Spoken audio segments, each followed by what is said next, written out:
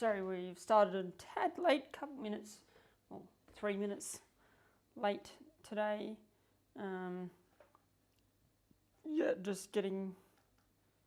I've been out a lot this week, so hadn't set up my camera properly, and probably need to brighten things up a tad. Is that the way to do it? Yes, it is. I think that looks right. Excuse the broken plane in the background. That plane was, it's a model obviously, was my late grandfather's. Not the same one who I've managed to acquire the models up there from, but different one. And the model was actually used to film TV commercials apparently, back before CGI and stuff. So yeah, I mean, the wing skeleton, or whatever you want to call it, I forget my aviation terms, that is actually, that was built by my grandfather, but yeah, he never finished it before he passed away. Although I would like to finish something like that, I just don't see myself ever having the time, so I'm probably going to sell it to a good home, something like that. Anyway, in the chat we've got Stephen, who says, Merry Christmas, Floyd. Thank you very much. So does Tony Hawkins. Thank you, Tony. And Vandenbrick says, G'day, Floyd. I won't be staying long as I'm at a family dinner. Just wanted to wish you a Merry Christmas. Thank you. Yeah, I realise we're going to have a lesser attendance than usual tonight, given that it's Christmas Eve, but I was free, so I thought, let's do it. Let's make a live stream, and if anyone can't make it because they've got family dinner or something like that, then of course they're always available to watch after the fact. So, looking at my notes, today, so today we're going to be looking at photos from the Nowingi line track, the Pioneer Settlement Museum, Peebinga and Pinnaroo. I believe that's what I didn't cover in the last live stream. And we might even have time to feature some of Rod Smith's photos from the Nowingi line when it was in operation. And yeah, we'll see. That should cover us. Now, it was mentioned last episode that, just briefly, that the old air highway across the Nullarbor Plain used to be in a very similar condition to a lot of the tracks which I drove in the Murray Sunset National Park. Now, I wanted to mention that if you go to my channel, you go to playlists and you look for recommended other videos or something along those lines. There's a whole bunch of videos in there, but one video that I've put in there is a documentary called No More Bull Dust, or something like In Euclid Tonight, No More Bull Dust, something like that. And it's a documentary that was made to commemorate the opening of the final section of sealed air highway along the new route from the Nullarbor Roadhouse to Euclid. And yeah, it's quite a good little documentary, so check it out. Okay, let's get the photos set up, and we'll probably start with Nowingi, I think. We'll go in order, what have I written down? Nowingi line track. All right.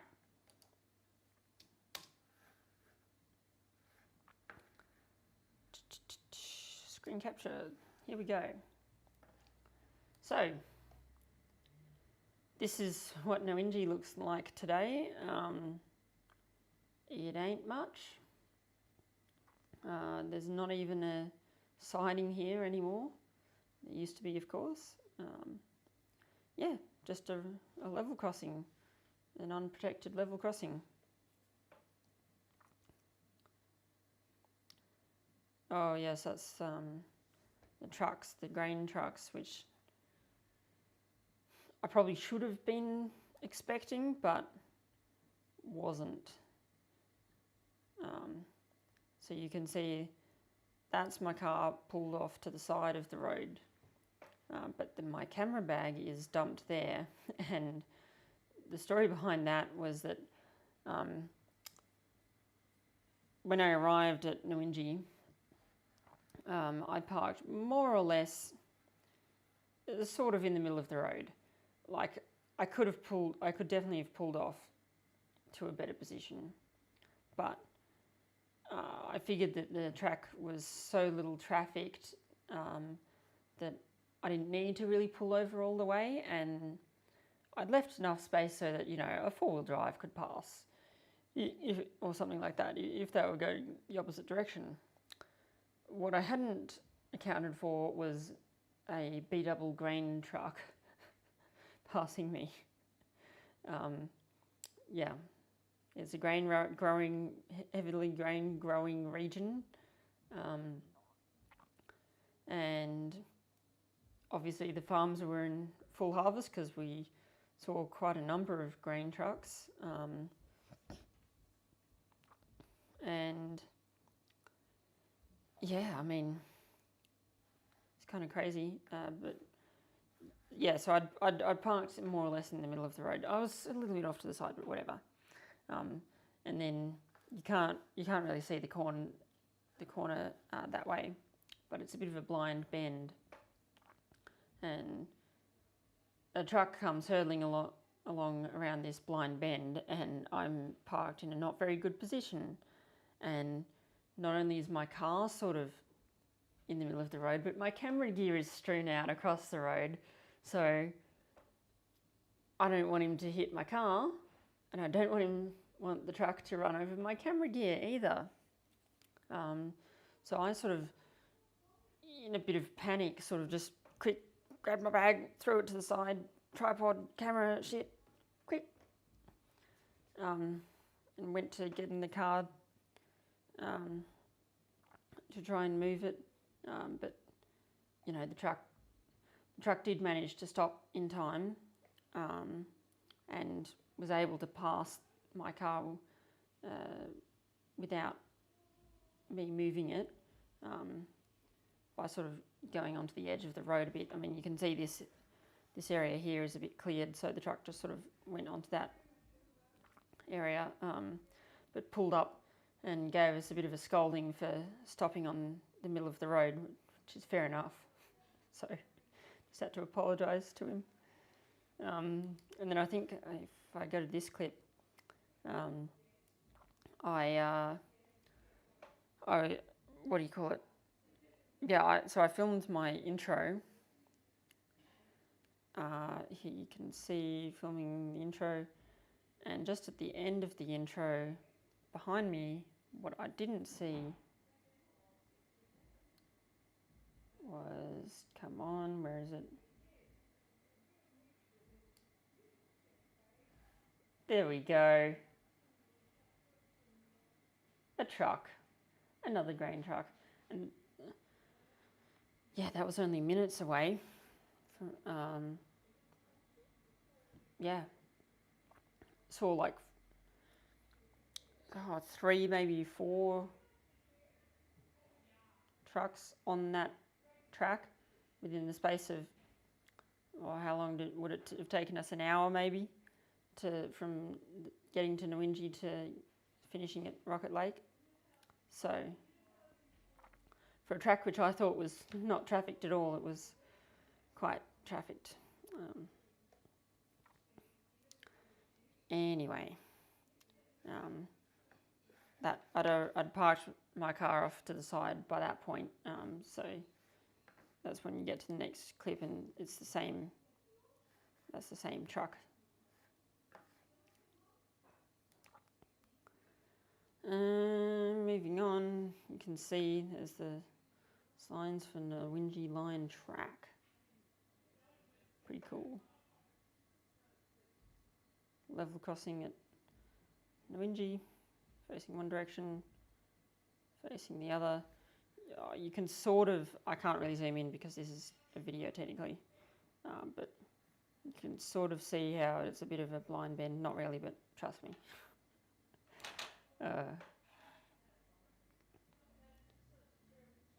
That must be somewhere along the track. Oh yeah, I did pan. Oh yeah, there you go. Salt Lake. Oh, I stuffed up the first pan, did the second one. Or third, whatever. Woohoo. Lightroom doesn't do the best with playing videos, but you can see my car was packed reasonably full. I had the back seats down, so still had stuff squished in there a bit, and I probably, let's turn this up a little bit. I probably, what do you call it? My brain's, that's right, that's what I was going to say.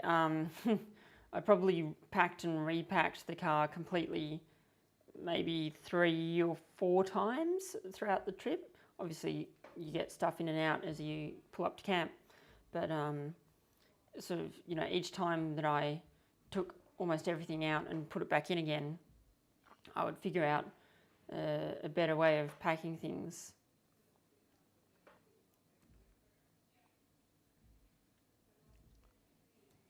Whoops, come on.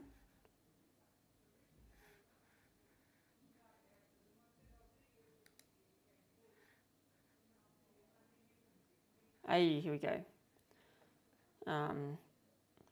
Yeah, a couple of burnt out cars on Salt Lake.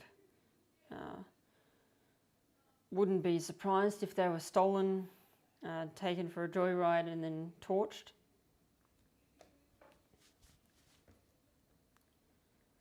Yes, the truck. And I'll go, there we go. That's the thumbnail picture, and it's looking a bit greenish to my eyes, but I think that's because if I've got a certain setting on, hang on.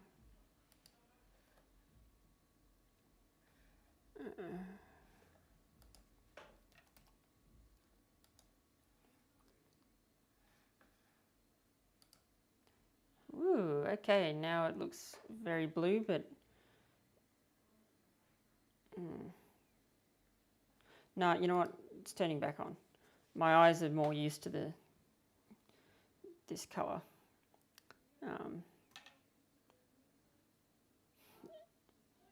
But yeah, if the colours look slightly off, don't worry.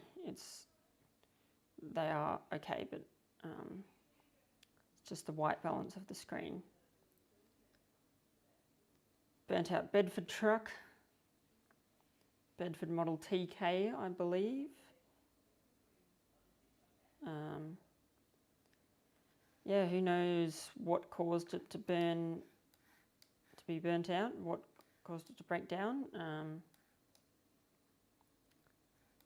what it was even carrying. Was it,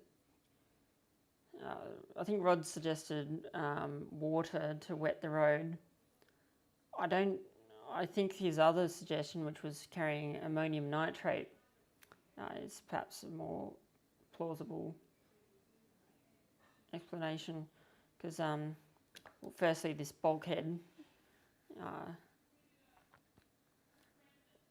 well, actually might not even have been carrying ammonium nitrate because, with the bulkhead, I don't think that's just for like slosh or whatever you want to call it, because that's why you have a cylindrical tank design, so that you minimise slosh. So, but yeah, I think the bulkhead was separating two different liquids, possibly. So, either ammonium nitrate or probably perhaps petrol it might have been carrying, I don't know. Ammonium nitrate's a common mining substance and has caused a number of truck explosions, probably most famously, at least in the railway world. There you go, you can see the leaf springs, a double pack of leaf springs.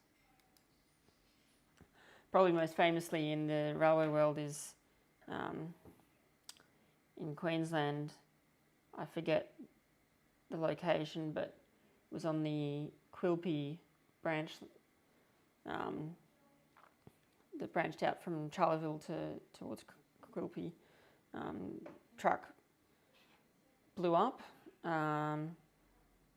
literally like big explosion, and severed the line, and that was it. No more trains to Quilpie.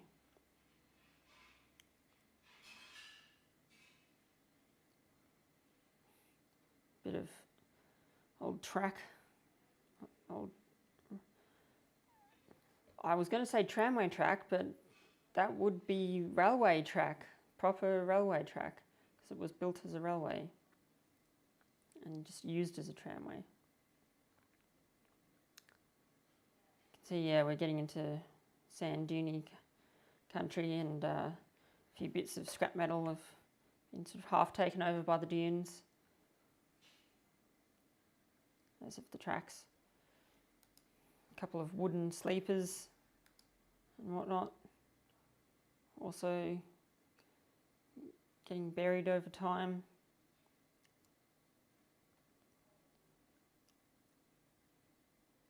Here we go. Gypsum loader. This was the terminus of the tramway, at least.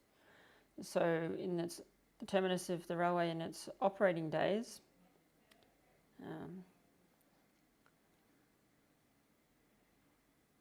But the line was constructed further.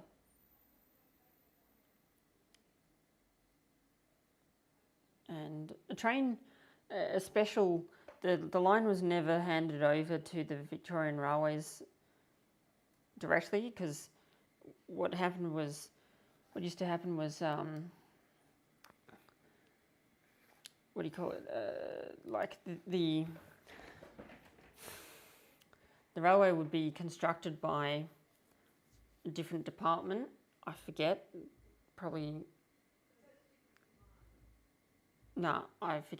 someone can tell me what the department was that actually built railway lines. The name escapes me, but it was never handed over from the construction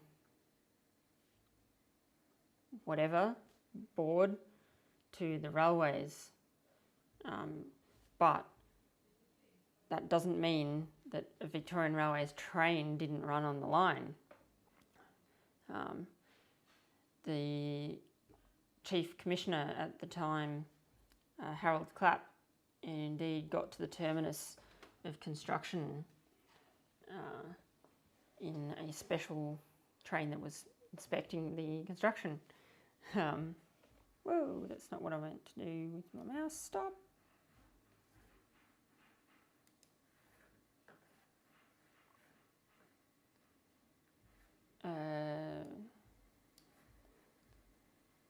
Screen capture. Okay.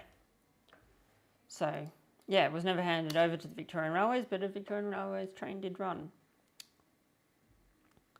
of course, construction trains and whatnot. Another view of the gypsum loader from on top of a hill.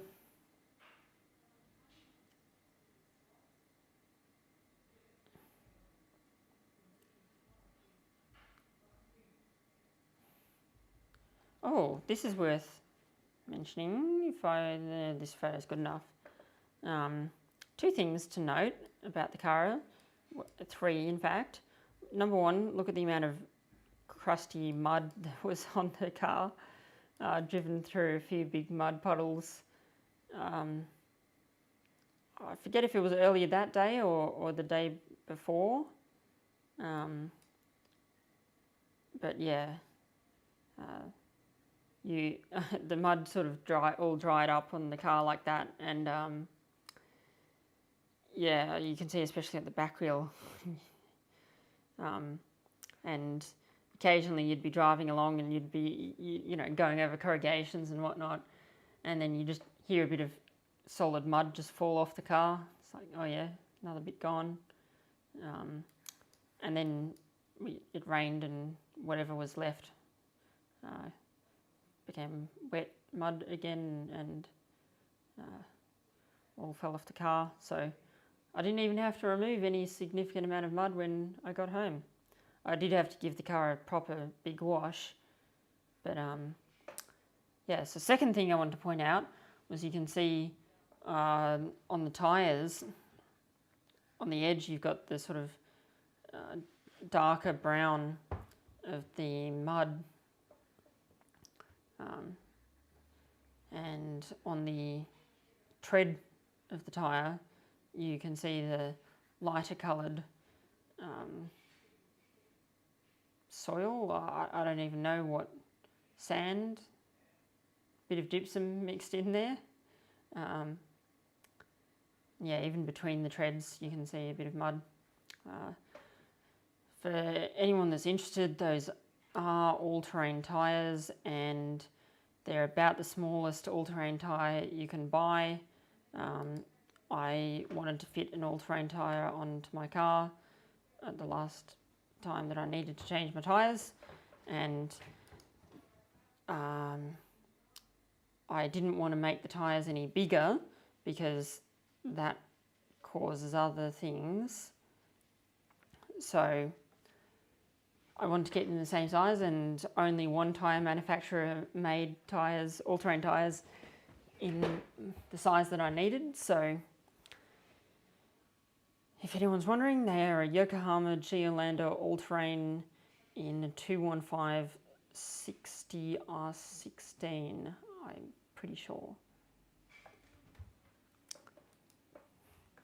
It's pretty much the smallest they make, at least for a 16-inch rim. But I'm certainly glad I had them. And you can see I had let down the tyre pressures a little bit, down to I think 20 psi, down from the usual of about 28, something like that. But in hindsight, especially with the dune, the story of the dune, which I told last live stream, probably should have lowered them a little bit more.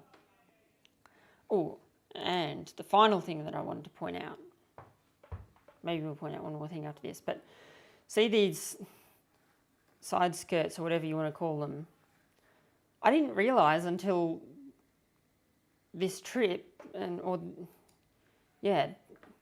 didn't realise that they were actually functional. I just thought they were sort of a decorative piece on the car, but you can see that below them is a lot dirtier than above them. And of course, now it seems obvious in hindsight, and maybe it was obvious to you beforehand, but it wasn't to me, that, yeah, they actually divert any spray of water and mud and whatnot away from your window. A little, admittedly, I did go through a big mud puddle once with my window open, and yes, I regretted it because I got splashes of mud in my car, but yeah, it diverts quite a bit, and it's just something that is just there, and you don't really think about it until you see something like that. And you can see the roof rack. I think, yeah, that was taken before I broke it. So I had the arrangement of the chainsaw at the front, water can there, two 20-litre petrol jerry cans, plain petrol, a 5-litre 2-stroke mix jerry can for the chainsaw, obviously. And when I broke the roof rack, I emptied most of those jerry cans into the fuel tank, and I put the 2-stroke jerry and the water jerry sort of side by side, and I moved the chainsaw back to where the water was, because I was feeling a little bit uncomfortable with the amount of weight out the front. I didn't want to put anything all the way out here or something like that. You can see that, in order for the boot to open properly, I could only put it back so far. But yeah.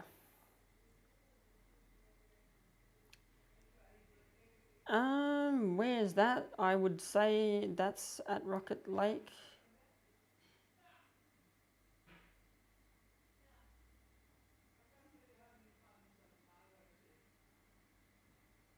Yeah, that's right. That's at Rocket Lake. There's me talking, and there's the lake in the background. I know you can't really see it, but it didn't have any water in it, so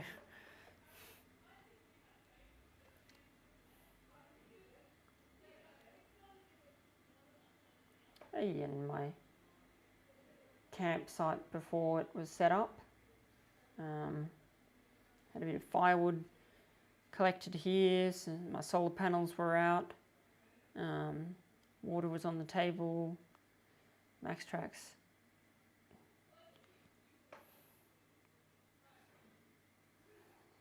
Camping at sunset. Yeah, that would have been after I went back to collect my camera bag, which I had left right there. Had to drive back and collect that.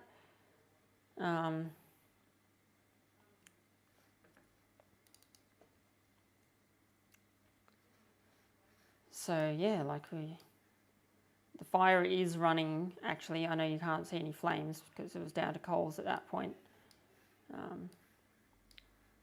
Rod enjoying his red wine still. Solar panels, the background, cooking equipment there, and yeah, I was a bit lazy and I hadn't put the fly on the tent yet. Can't remember if I think I did end up putting it on, even if it wasn't going to rain that night. It provides a bit of protection from the wind. So I mean, well, that's a nice sunset-ish sort of photo, but you can't really see the foreground, so let's try and do a quick edit. Something like that. Oh yeah, that's not bad.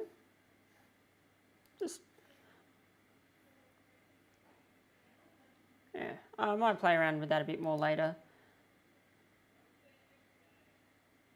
I think we had a bit of lamb roasting over the coals that night.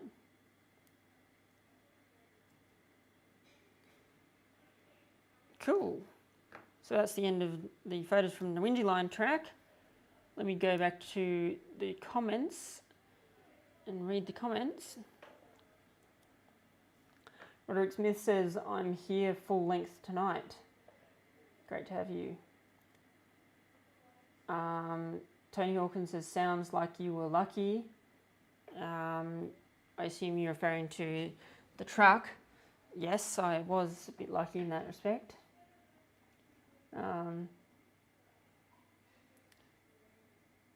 Stephen says, Merry Christmas, Rod. And Rod says, when the railway was working, it brought in water to be offloaded into tanks for stock. I suspect that this truck had been carrying water. That makes more sense.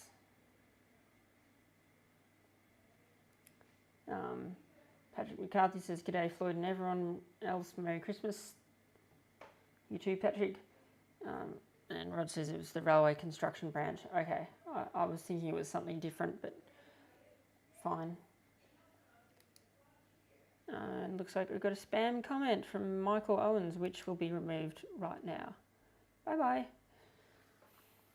And if you try and comment a spam comment again, you will be banned. And others have tried it, and that's what happened to them. Okay. One thing I want to show. Yeah, I think I'll go to this. Which one? I'm just deciding. All right, we'll go to this one first. So this is just I initially created the map minus that line. So what you see there, I created that for the journey, just so that I could see all the different things that I maybe wanted to visit.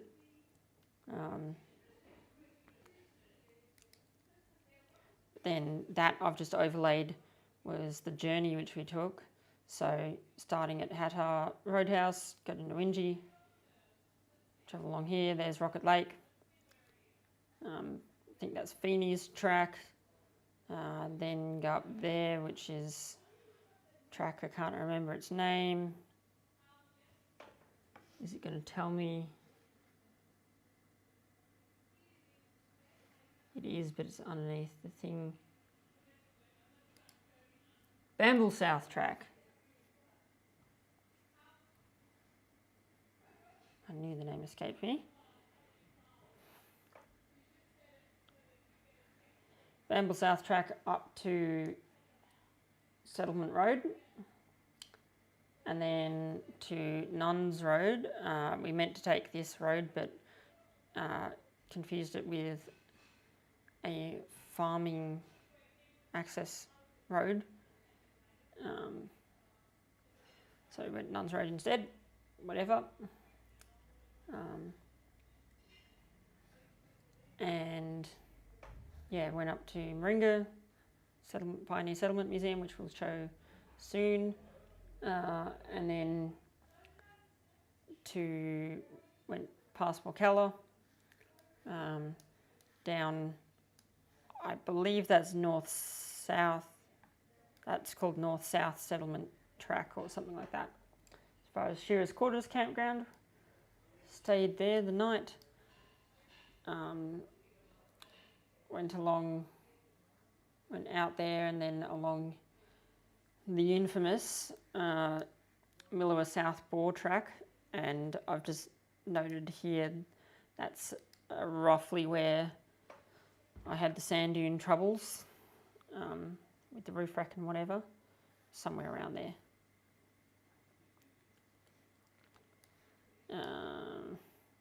The rock holes. Now the rock holes is funny because I actually stopped. We did stop there, and I noted that it was rocks with large holes within that filled with water. But yeah, we walked for a bit and couldn't find them. So,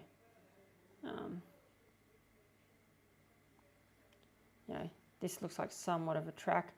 I don't know if that's meant to be anything. It looks like it sort of just ends. Oh, or not. Oh, that's something interesting for another visit.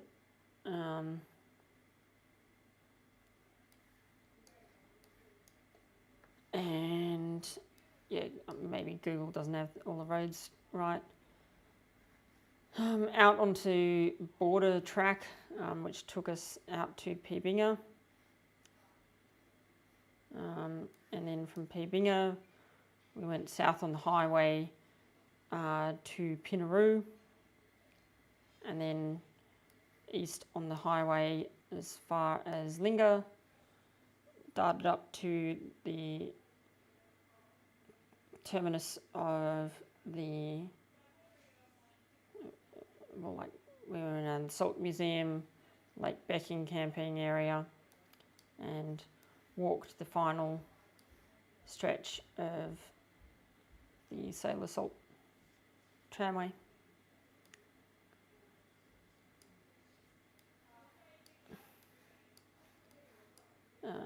But it would be, yeah, it'd be good to go back now that we sort of have a better idea of where things went and see if we can see anything more.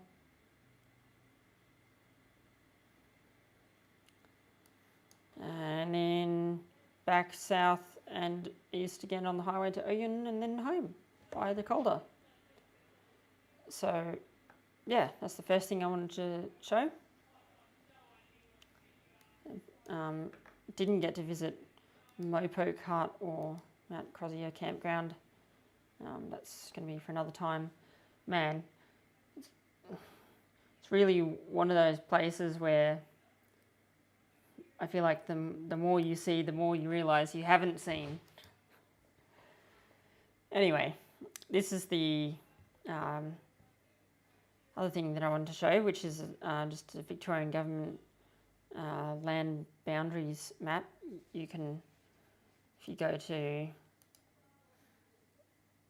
that website or just directly that website,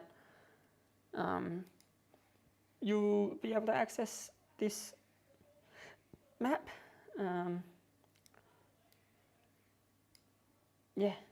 So just a couple of interesting things. Number one, looks like the land boundary for the railway is still clearly visible, but only as far as, what's this, Meridian Road. Only as far as Meridian Road is the land formation still intact. Although having said that, the Nowingi line track road indeed goes further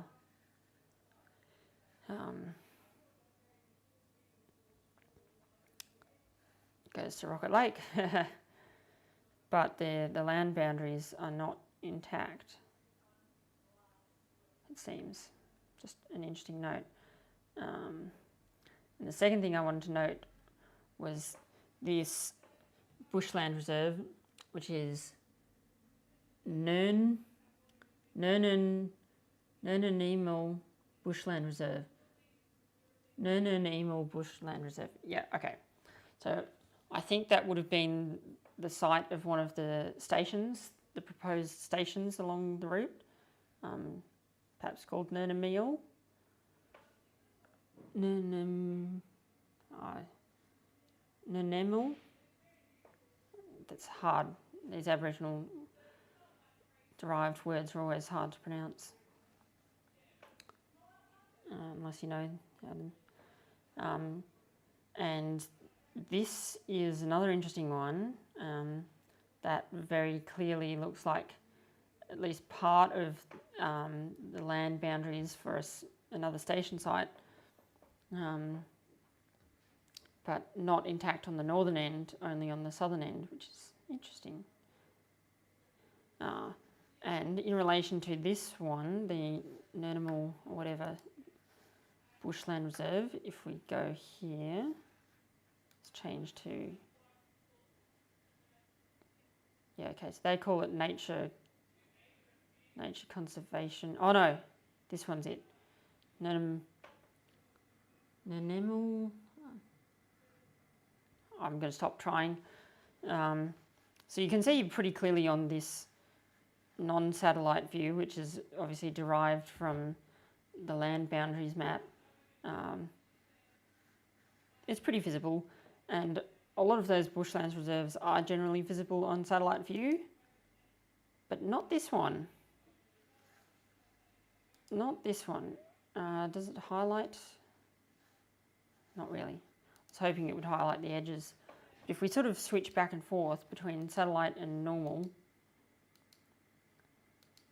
so you can see like the southern corner is there, and like, okay, yeah, there seems to be a bit of a boundary there, but northern end perhaps isn't quite intact because it looks like it's been taken over by grain farming.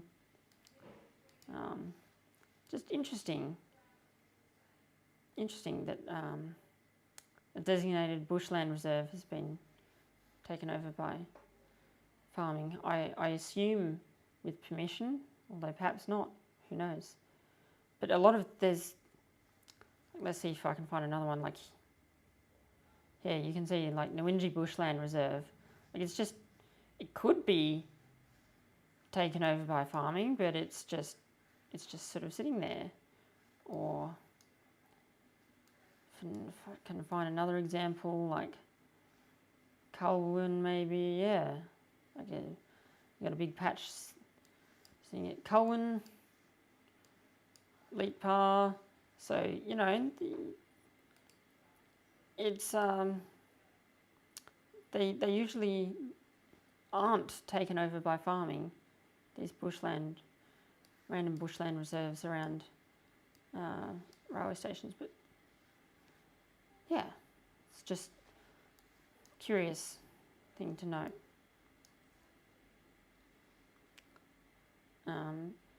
And Rod, for your reference, here's something we didn't look at but would be worth a visit next time, is this ironclad catchment historical area.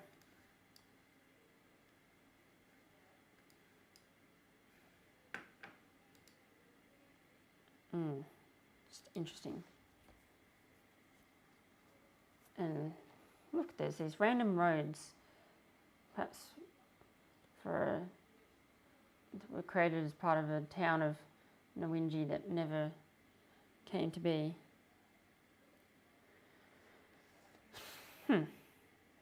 All things that are interesting. I'll take another look at comments before I move on.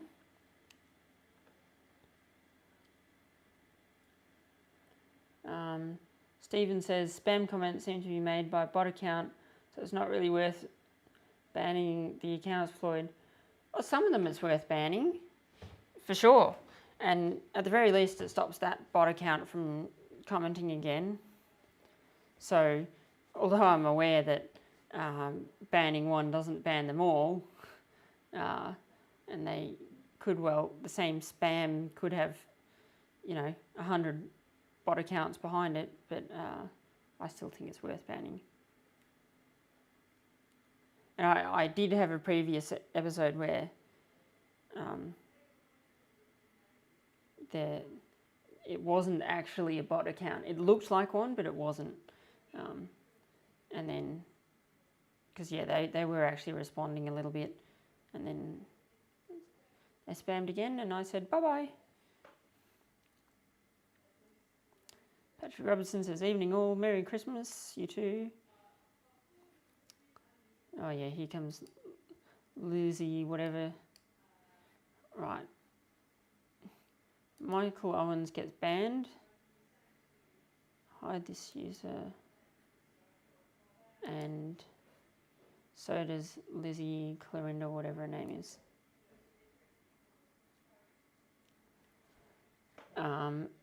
Roderick Smith says, the line reached 24 miles, 38 kilometres, which is south of Rocket Lake.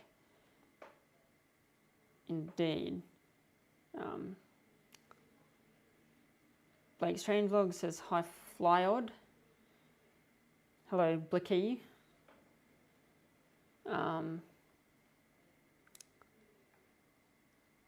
Roderick Smith says, we also didn't look at the ballast sighting. No, I don't think we were aware of where it was. So, bugger off, spammers.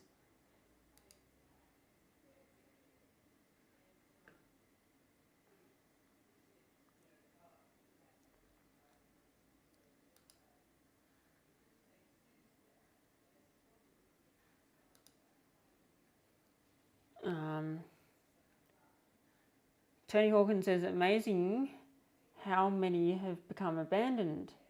I followed the Doringo line in New South Wales only last week. Yeah, I mean, a lot have been closed, but I guess a lot of the reason for that is because they lost their original purpose. Like the Nowingi line, it just goes into what's now the middle of a national park. There's not much point having a railway line there, especially when the gypsum mining is closed down. So what would it be serving? Only the few grain farms which exist out there, and they already truck their grain to Carwalp, I would think, something like that. Carwalp, or I don't know if Hattar still takes grain, or Odeon, so it's just not the need. It's not the same need. And the railway lines were made in the days when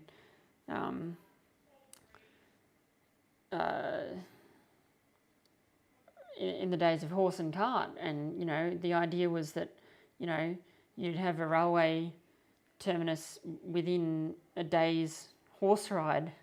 Well, we obviously don't work with horses anymore, so yeah,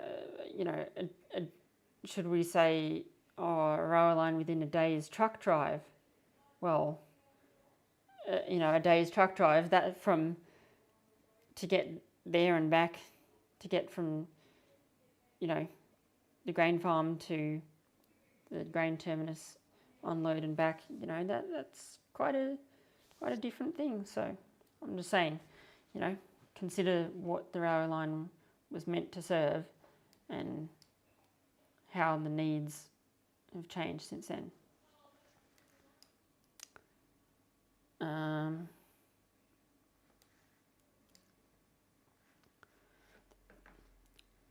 Yeah, Doringo was mainly for timber. Yes, you're right. But yeah, even then, it's like, I don't know if any timber harvesting still happens around the Doringo area, but it can be shifted by truck to other places far easier. So what's our time looking like? We probably don't have time for Rod's photos, I don't think. I'll take us through the rest. What have we got? Pioneer Settlement Museum. Oh yeah, that's going to take a little while. Peebinga, not long. Pinnaroo, not long. We'll see where we end up after these things, and I say these are supposed to go for an hour, but as most of you know, they almost never do. And I actually, speaking of which, I put out a poll just a few hours ago on the community section of my channel, and it's had 7 votes so far.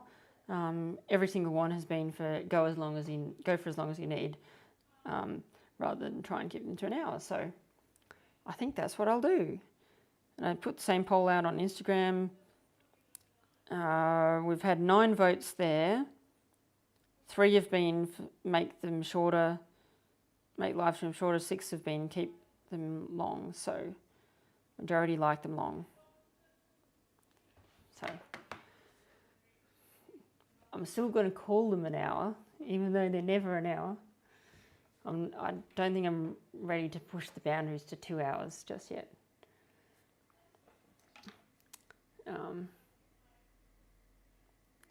Okay, what are we looking up? Moringa Pioneer Museum, perfect. And screen capture again, ta-da. So, what station building is that? I think it's car warp, I think. It's labelled, ignore the Moringa sign. We're in Moringa, but that is not the original Moringa station building. I do have a photo of the original Moringa station building because it's elsewhere in the Pioneer Settlement Park. This is actually really cool. If I go to here and I just go to, where are we, Moringa, right here. So, you know, this is a fairly big area, right?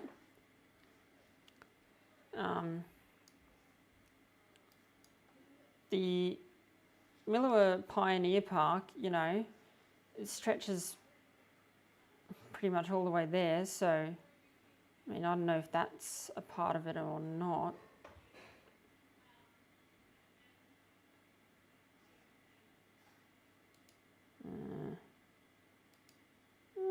Yeah, it looks like it is part of it. So if I just do a quick measure of the area, like, look, that's 150 metres, and we sort of draw a line over here and try and look at what's the sort of rough swept area. Pretty much a hectare. Yeah, it's close enough, you'll call it a hectare of swept area.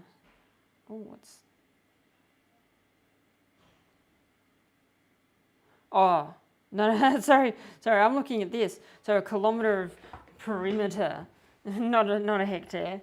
I thought that sounded a little bit too small.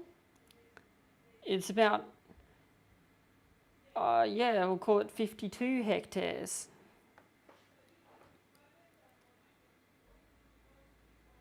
50, 52, something like that. Silly me. That's, a hectare is 1,000 square metres. So it's a big area. You can see like all of these buildings are all, you can just walk around them. And last time I was there, so not this time, but what would it have been, 2 years ago, something like that. I was the only one there. Yeah, it's not even staffed really. And I think the few people that were there when we got there, they left, so at one point after, so. Quite a cool museum if you ever are in the area. Bell codes. A little bit reflection, washed out by reflection, but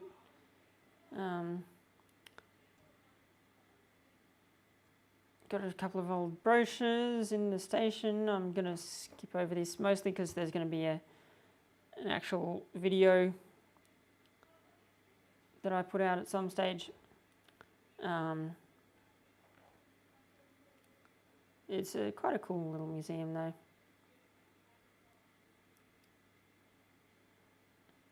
Oh yeah, and I had this importing issue where I've actually duplicated all of my videos, so let's just go to some highlight pictures like this. That is Clyce, which was a steam locomotive, Y413, that was converted into a diesel. And there's the nameplate.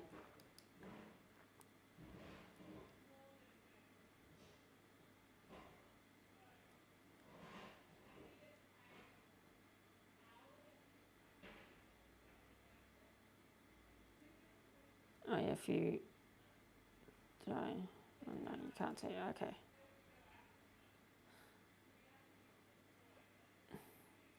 A school, I was pretty impressed with the school. You know, mocked up to look exactly like a school would in the area. Sounds obvious, but like, you know, just all of it's the attention to detail, like the linoleum tiled floor, the style of the desks, the blackboard, obviously the building itself. It's all very typical of a school of the area. It's not just any school. I mean, it's sort of meant to represent any school of the area, or a typical Mallee school, put it that way. But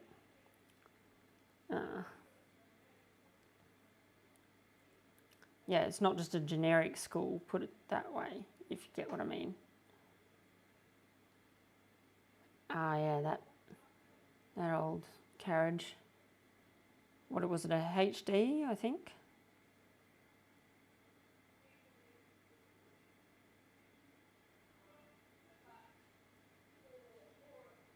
There you can see inside.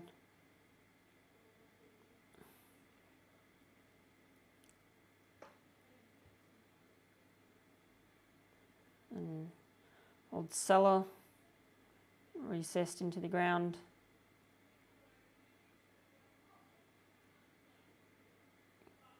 And yeah, I mean, if it works. What was this? I think this was in the community hall or something like that. Not community hall, like a council office type thing. The old lock-up for the cop shop. I wonder how many people got locked up over the years. Most of the time it was probably for being drunk and disorderly. That's a printer, I believe.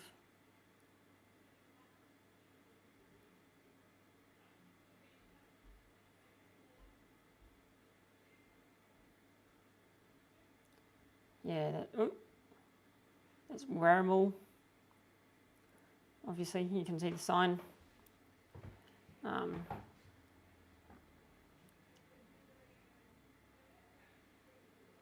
old church. Very, again, typical church of the area, not just any old church.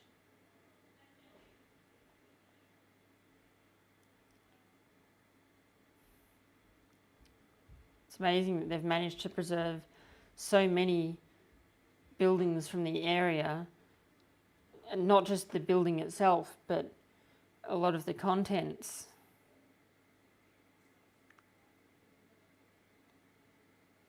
And, you know, I think one of these homesteads dated back to the 1870s. It's quite a museum, you know.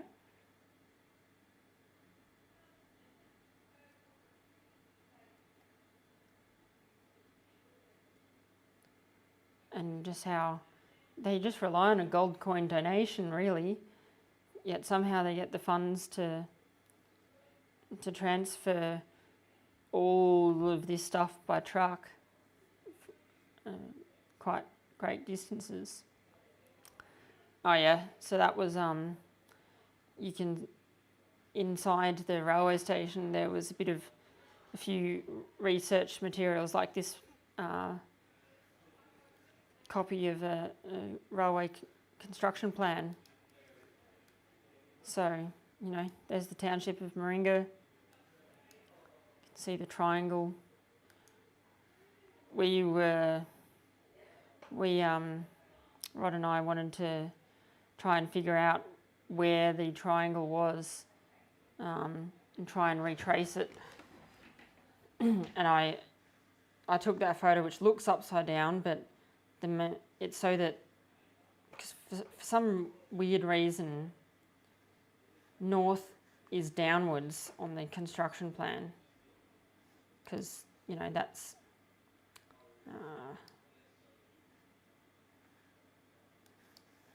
I mean, you can figure out, there you go, from Melbourne. So that's the end from Melbourne. to more colour. There you go. If it's supposed to be orientated that way, if it's a if it was to be north-south sort of orientated. I mean, you can see. There we go. There's the arrow pointing the direction of north. Obviously, they wanted to align it so that Melbourne was on the left. So, just interesting. So we took a photo like that so that we could try and retrace the triangle, and I didn't take any photos, I don't think, but Rod did, and it was a challenge. We think we found the old alignment of it, and we think we found the terminus of it or whatever, but honestly it was quite, there wasn't much left. So, looking at some comments.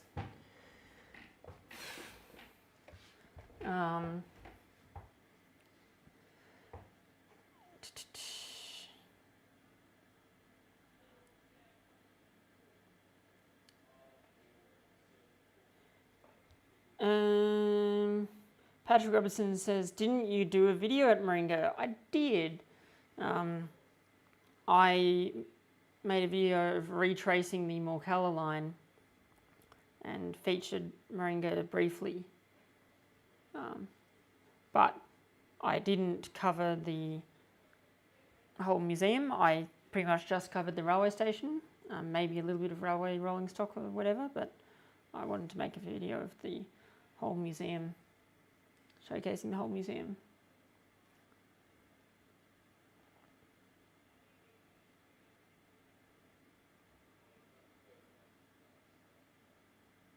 Yes, sorry. Rod and Stephen correctly point out that, yes, Y413 was never named Clyce. Clyce was the nameplate of a different locomotive. Can you call it a locomotive, I guess?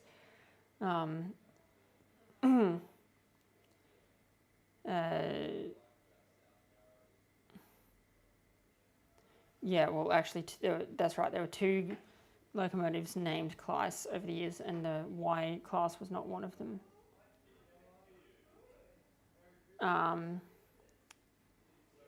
So,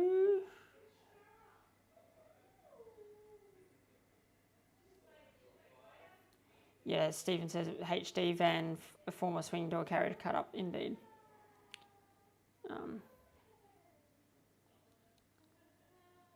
And you didn't realise there was a triangle at Moringa. Well, I don't think we were quite sure to what extent it was ever used or whether tracks were ever actually laid. We're pretty sure that the formation was cut, but to what extent it was used, we're not too sure.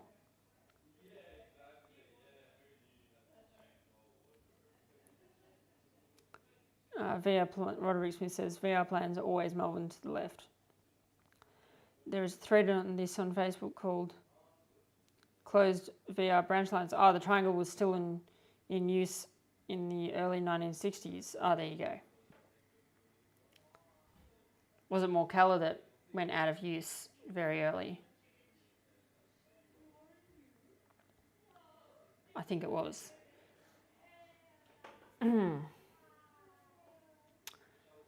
Okay.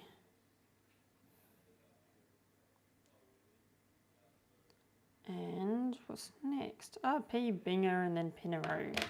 Okay, let's go to stop. Is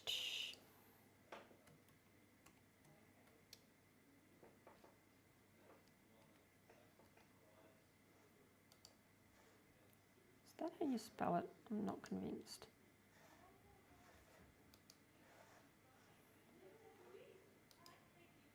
It is with two E's, so let's just rename that briefly, and then I will go back to screen capture.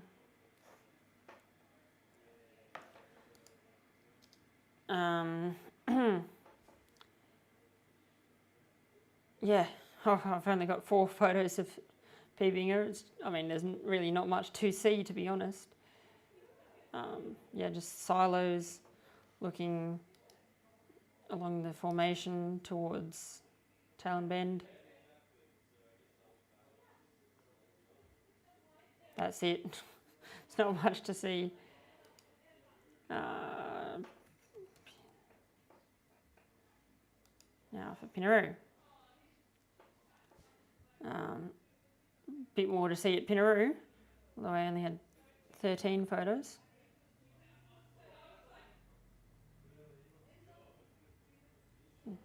Good shed with the funky roof.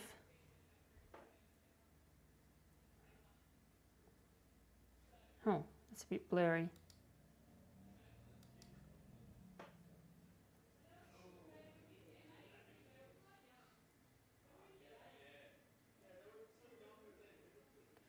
Weighbridge.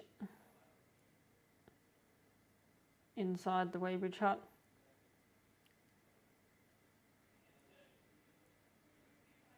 And the station building. Ta-da. Another spammer. Hide user on this channel. And Stephen, you're now a moderator. If you see another spammer, you can bam them.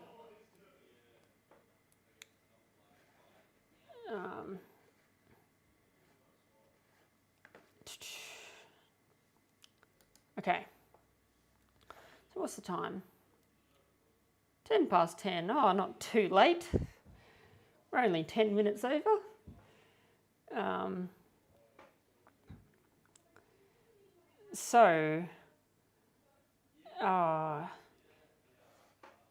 What do you say to viewing a few of Rod Smith's photos?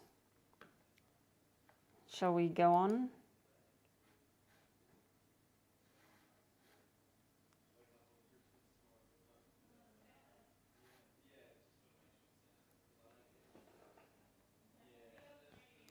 I think we'll start with, yeah. Okay, 2 votes for yes, including one from Rod Smith himself. And a third from Tony. So let's press on. These will be sort of warts and all, but you'll get the idea. These are literally just straight out of the emails he sent me. So that was a track recording car, which was what is it? Sperry Rail Service, a USA company who've converted a USA school bus, by the looks of it, to a track recording car and sold it to Australia. So yeah, that was taken at Nowingi, and you can see the wagons with a bit of white gypsum on them. M232 and Y413 operating at the gypsum loader. You can see that's what we saw. Obviously riding in the gypsum wagons. Oh, looks like a red hen at Peebinga. And a red hen at Pinnaroo.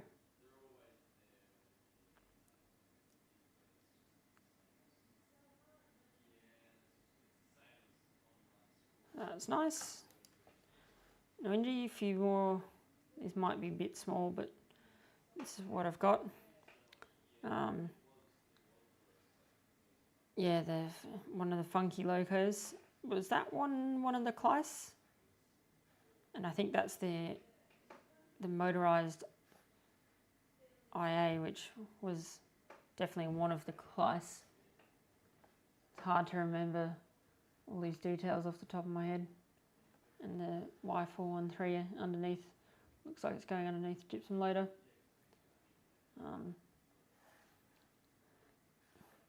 Landscape is slightly different. There's less gypsum around today, but yeah, a few more photos. You can see they're all the same caption. They haven't been properly captioned by Rod yet. Inside Kleiss, not Kleiss, sorry, the Y413. This big control or engine cowling or whatever you want to call it has been removed.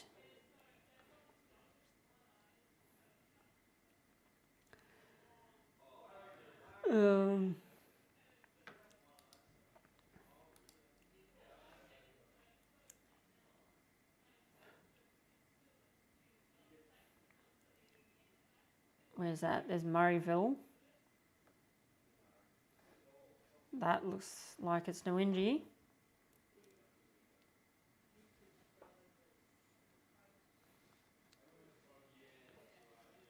It's 1968 ARHS Easter weekend.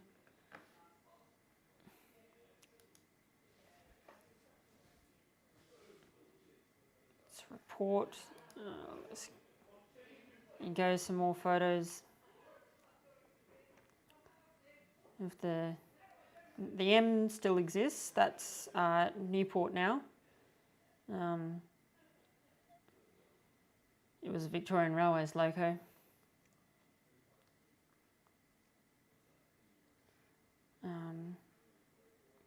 Looks like a collapsed silver funky locomotive. There you go, or sunk. I believe that was scrapped along with the IA Kleiss.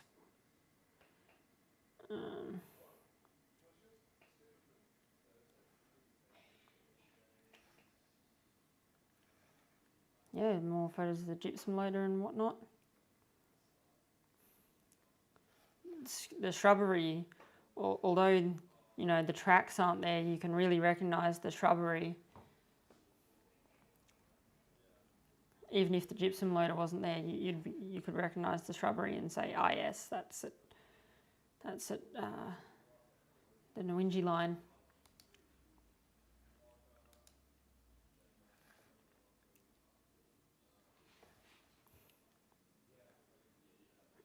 Even more photos, mostly of the M.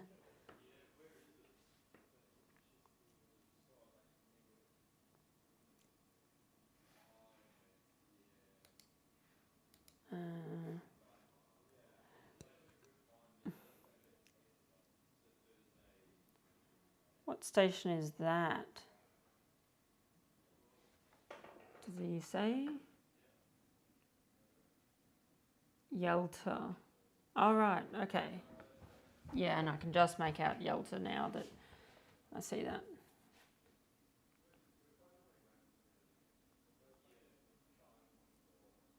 Typical station building of the area.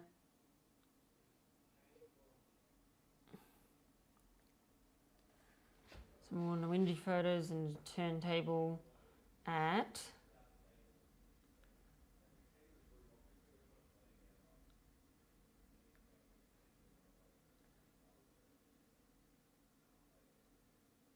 I can't make it out.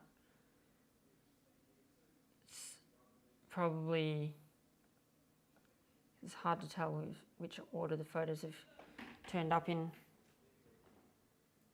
Rod can let us know. And some plans for the Nowingi line. So we did not out the ballast pits sighting.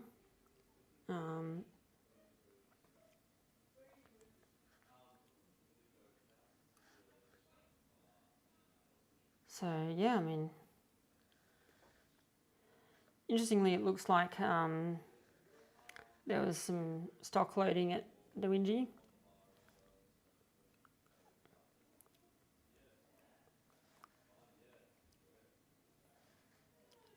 Low level platforms, of course.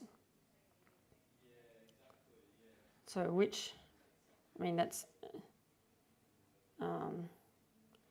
the unnamed sighting at 10 miles, 61 chains. Another loop sighting at 24 miles. So, yeah, it'd be interesting to match up. Let's give that a go. Let's go to here. And I'm going to measure distance, and let's try and match up. I'm busy. How much longer? Not too much longer.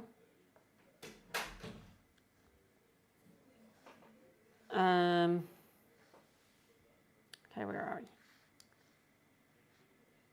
I'm going to try and find out if that historical area, Nemo or whatever it's called, that matches up with one of those unnamed sightings or whatever you call them. Now, obviously, this is going to tell us the distance in kilometres, but it's easy enough to convert it to miles.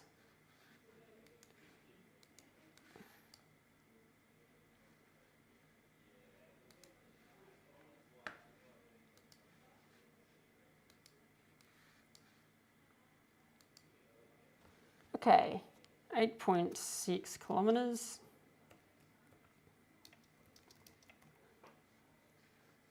So 5 and a bit miles.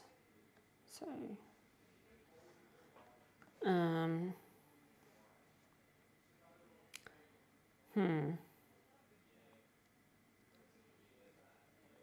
well, it's not the ballast sightings, but interestingly, so it sort of is beyond the ballast pit sightings, but it's definitely too close for this loop sighting, or yeah, any of the unnamed loop sightings in these plans, which is interesting. Let's try and measure to the next one, which maybe just try and find it.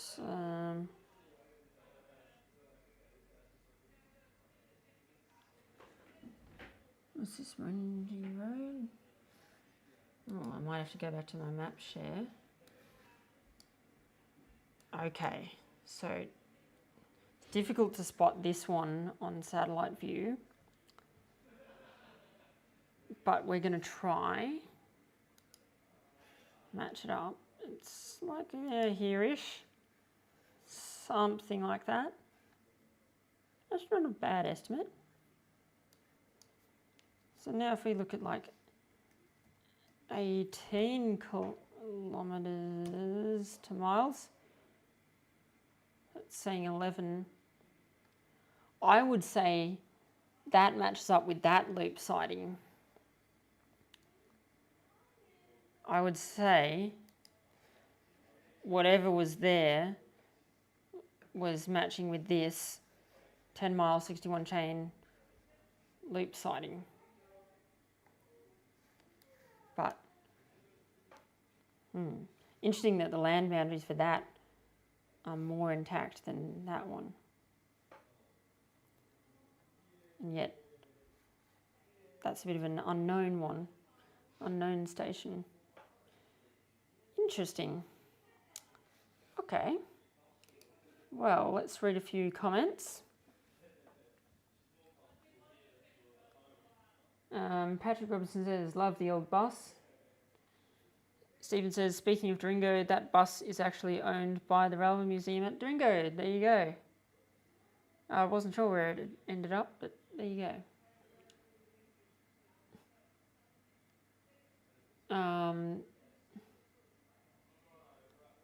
That one ended in Pilbara when the bigger one came to the east. Okay.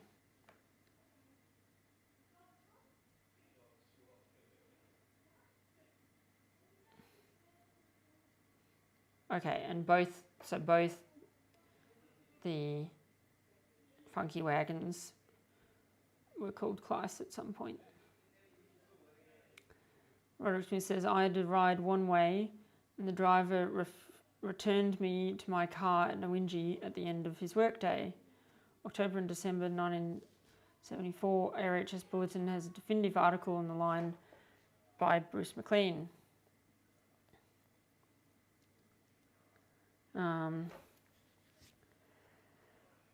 Stephen says, interesting that Y413 kept its original number even though it would have been called Y109 at the time. By that time. Yeah, interesting. And the museum has incorrectly labelled it Y143 on their signage. The black and white is Mildura turntable.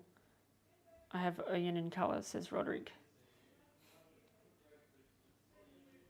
Roderick also says, not on those plans. There was an original gypsum working with a loading facility, 6 miles, 40 chains, about 10 kilometres. Okay, so that might have been the Nernamil or whatever it's called, might have been that gypsum working, the original gypsum working.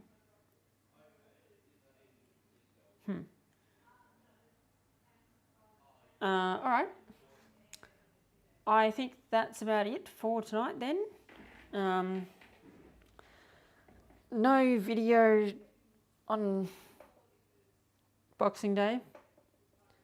I've been flat out. I've not had time to edit videos because although I've been home each night, I've just been out on an almost daily basis between my own sort of exploration and working. So, yeah. Anyway, I will stream again in 2 weeks' time and maybe I'll have a video by then, who knows. Anyway, what will be the topic of next week? I don't know. We'll figure it out. See you on the next one. Bye-bye.